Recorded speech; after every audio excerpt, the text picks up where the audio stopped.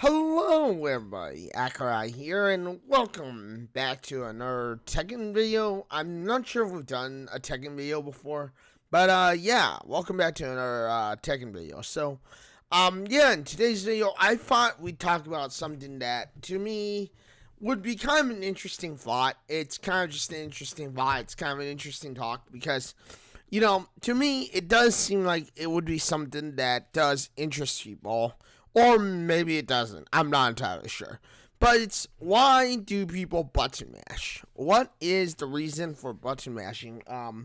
What's the point of button mashing? Because, you'll probably have plenty of people who just button mash on a game, and they think they're good because they somehow get lucky due to button mashing via a win. They somehow win because of button mashing. But, obviously, many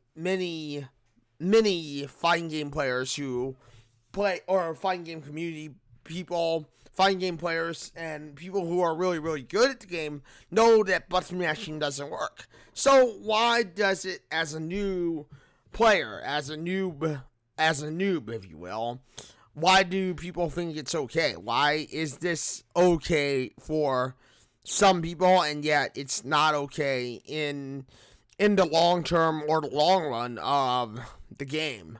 Well, I think the main reason people, button mash, for say, is because they think that they're actually learning something. They think they're actually good. Now, maybe that's not always the case. Sometimes people just button mash because they don't understand combos, they don't understand the skill level, they don't understand all the, things like frames, timing, cancels, and all that. The neutral game, blocking, defending, all that stuff. It's like many people may not understand that. And, that's okay. You get the fact that people button mash because they end up, not knowing what they're doing. Now, obviously, there is an exception to button mashing, which is kind of what we call pushing extra buttons. And, while most of us try to fix that, especially as we are trying to improve, and in my case, me trying to return to fighting games, of course, I gotta get past some of the old humps, which is, not old humps, but the old rites of passage, which is just, trying to get back into knowing what I'm doing, aka looking at frames, looking at, cancels, looking at the data, knowing, okay, this is good, this is bad, all that stuff. But back to talk about button mashing and why people think it's better for them is probably just because, let's face it, button mashing is easy. People who button mash think that they're good because, let's face it, they automatically don't know what they're doing, and they just do all these little, pushes of buttons just to try and, be good. And sometimes, in the end of the day, it may work out for them, but most of the time, let's face it, it also most of the time may not work out for them because, let's face it, they're not going to know what they did to win, and 9 out of 10 times, they'll only do 1 or 2 moves that they know they can pull off easily because, let's face it, those 1 or 2 moves are simple for them. It's not diving into the complexity of creating beefy combos, meaty moves. Let's face it, that's exactly what it is. Many of the good players know how to create meaty moves, beefy combos, things that can really, turn the game around and just, in general, give them the advantage over, people who are not so good at, creating those combos, creating those chains. And, that's why, there are some fighting games that are just super, super simplified. Something like Super Smash Bros., for instance, it's super simplified. But it's good for casual players because they don't have to think about, comboing up cancels. They don't have to think about, oh, okay, I can follow up with this, I can follow up with that. For the simple player, it's kind of just it's easy, and we can do that because, of course, it's just the way it is. It's simple to do. It's very simple and easy to just create a combo or something that doesn't, to play something like Super Smash Bros. Because it doesn't require that much skill. I mean, Super Smash Bros. Only uses, like, I think, maybe 2 or 3 main buttons, and those 2 or 3 main buttons are the attack buttons. The rest are, like, small bits of blocks and stuff like that. Now, is there anything wrong with having a simple game like Super Smash Bros. Or, anything like that? Absolutely not. But, they were more built to be simplified for the beginner players. For the players who don't exactly understand Street Fighter. Who don't exactly understand, something as complex as maybe Tekken. Or even something like Soul Calibur or Dead or Alive 6 or Dead or Alive in general, It's like those games are kind of complicated, and because they're kind of complicated, it's easy to just latch onto a beefy move. A move that pretty much is good for, creating damage and damage only. So, it's like button mashing becomes a normal circumstance of that, because it's like once they start getting beat, once people start like realizing, oh crap, I'm getting beat like crazy, how do I stop this? They end up going into the point of, okay, I'm going to just push all the buttons and hope that I win. I'm going to just mash all the buttons and hope that, something good happens and I can get myself out of the situation.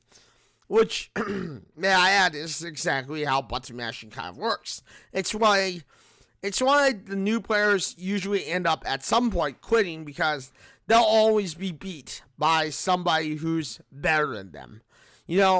And unless you take the time to learn the skill, unless you take the time to learn the chains, the strings, the combos, and even just in general, maybe the movement and defense that's necessary, you're not going to be anywhere higher than maybe Blue, which is like in Tekken, Grandmaster, or you may not be higher than First Dan, and that's where you kind of will quit, because of the fact that's where you'll quit, because, you can't get past anywhere else. You're getting tired of the losses or whatever.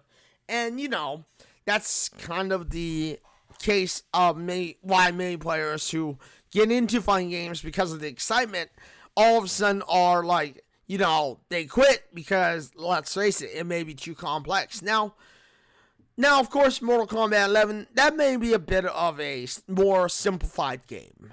It may be kind of a little more simple, because it doesn't have all the complex, moves. It doesn't have all the complex cancels. And, for the most part, Mortal Kombat gives you everything you need to know.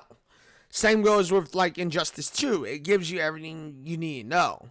But, yeah, with that being said, I mean, it is what it is. And, obviously, button mashing will not stop. And, I mean, it'll come down to a video that I'll probably be creating in the future, which is, how do you deal with button mashers? How do you deal with the low tier players? How do you deal with, low rank?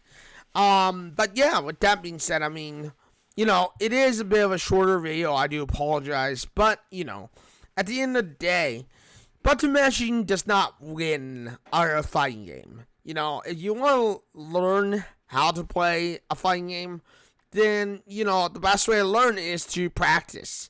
Watch videos. Play, if you're like me, and watching videos can't give you doesn't give you the overall knowledge that you need, then I would suggest that you work on playing via against computers, or just practicing in general. I mean, any practice, even if it's just losing, hundreds of times, thousands of times, you're going to still be learning more every day, and you will be eventually able to understand, oh, that's why so many noobs are so bad, that's why people are just, terrible at the game. But, yeah, I mean, at the end of the day, that's just my talk about button mashing and why, and my personal reason of why I think new players or noobs do it. But with that being said, I mean, thank you everybody for joining me today on this video. I know it's a little bit shorter, like I said, than usual, but I do apologize.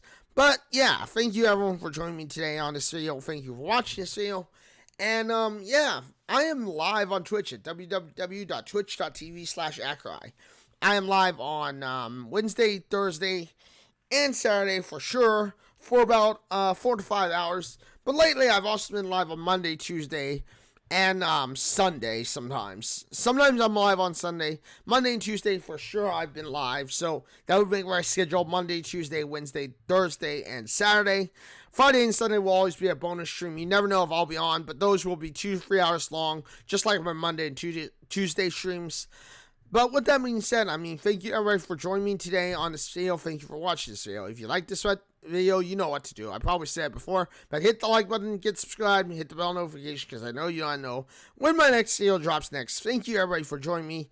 And until the next one, everybody, this is Accureye signing out and saying farewell.